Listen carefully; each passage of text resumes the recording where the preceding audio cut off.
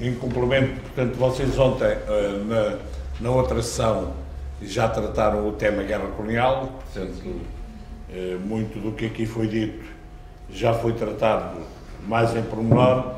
Eu gostaria de dar-vos só uma contribuição pessoal em relação a duas coisas que o comandante Pedro Louret disse aqui.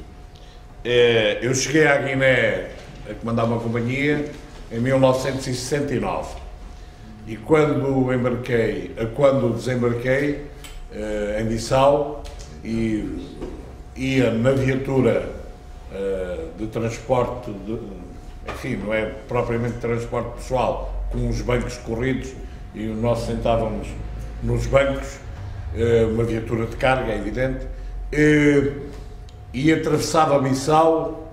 Lembro-me perfeitamente, como se fosse hoje, que a minha reação e o meu comentário para os dois alferes que iam ao meu lado foi este: o que é que nós estivemos aqui a fazer durante 400 anos? De facto, a visão de Bissau, a miséria e a contradição com o que conhecia aqui de Portugal, levou-me a esta exclamação. E depois alguém me disse, depois comentei isso com outros militares que já estavam lá há mais tempo, e alguns me disseram: pois é, mas olha que nos 10 anos de guerra que isto leva, não eram 10, eram 8 anos, nos 8 anos de guerra que isto leva, já fizemos mais aqui do que nos outros 400 anos. Portanto, de facto, a situação na Guiné era miserável e aquilo pertencia a duas companhias.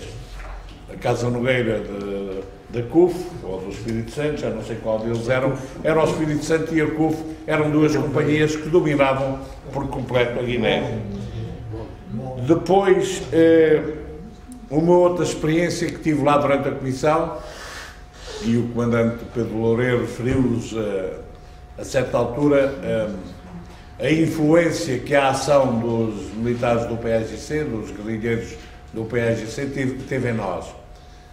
Eu, passados uns 8, 9 meses de estar lá, eu estava em Contima, mesmo um pouco a leste de Guidajo, mesmo em cima da fronteira com o Senegal, e detetei uma rede de informações no PAIGC, mas rede essa que era composta por milícias.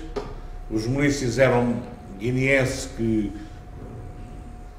imagem é que eu posso dizer, era uma espécie de guarda republicana que trabalhava connosco, eram forças, portanto, paramilitares que trabalhavam connosco, faziam de guias e combatiam mesmo, e no seio deles e da população eu detetei uma rede de informações do PAIGC que, portanto, transmitiam para o PAIGC, nós estávamos mesmo em cima da fronteira, informações sobre as nossas atividades.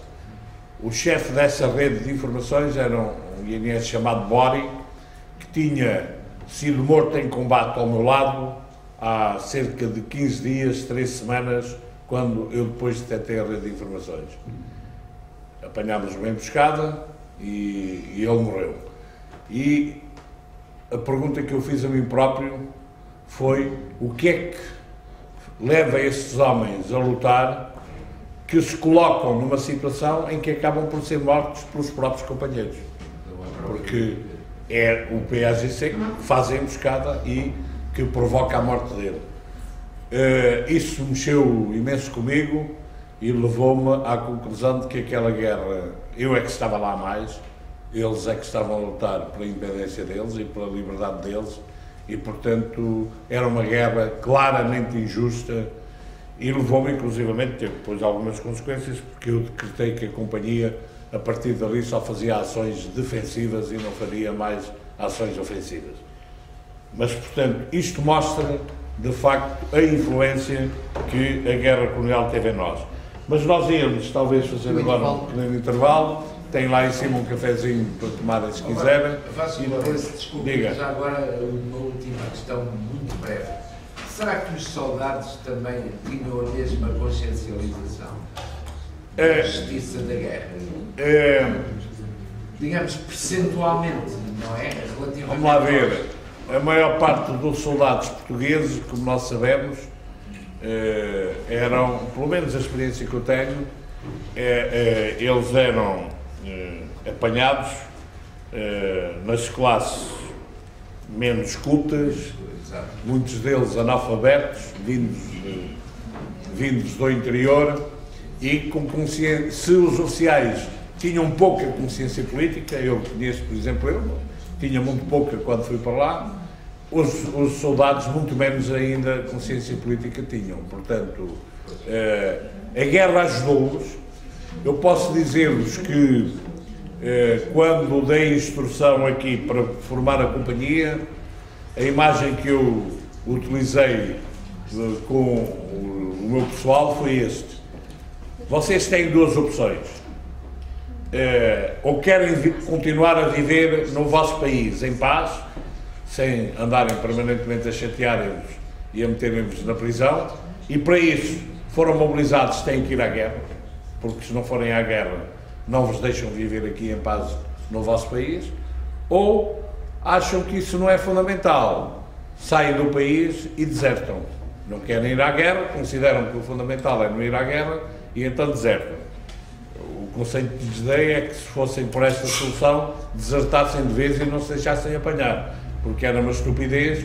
Também constatei algumas vezes um militar que desertava e a deserção era considerado desertor desde que estivesse mais de 16 dias ausente do quartel sem licença. A partir daí já era desertor. Se fosse apanhado, a punição era entre 2 a 8 anos de prisão. Portanto, por isso eu lhes disse, para se desertarem, desertem de vez. E quando preparei, as unidades têm sempre um lema, fazemos também sempre um crachá, portanto o emblema da unidade, e tem um lema, normalmente uma frase que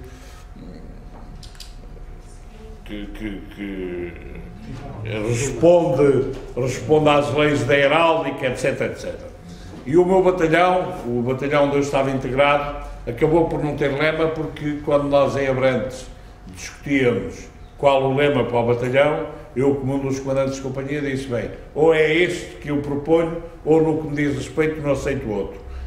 É evidente que já tinha a noção que o batalhão não iria aceitar este, e o lema que eu propus foi: contrariados, mas vamos.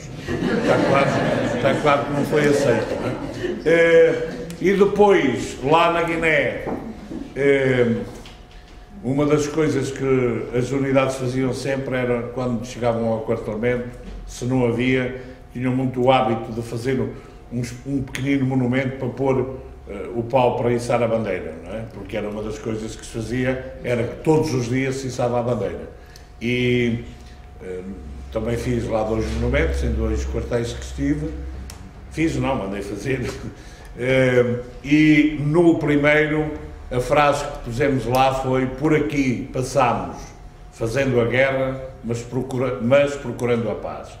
Porque era o que continuei a dizer: nós estamos aqui, vamos tentar regressar sãos e salvos para tentar viver em paz no nosso país. Portanto, a guerra influenciou-nos de facto bastante. Mas eu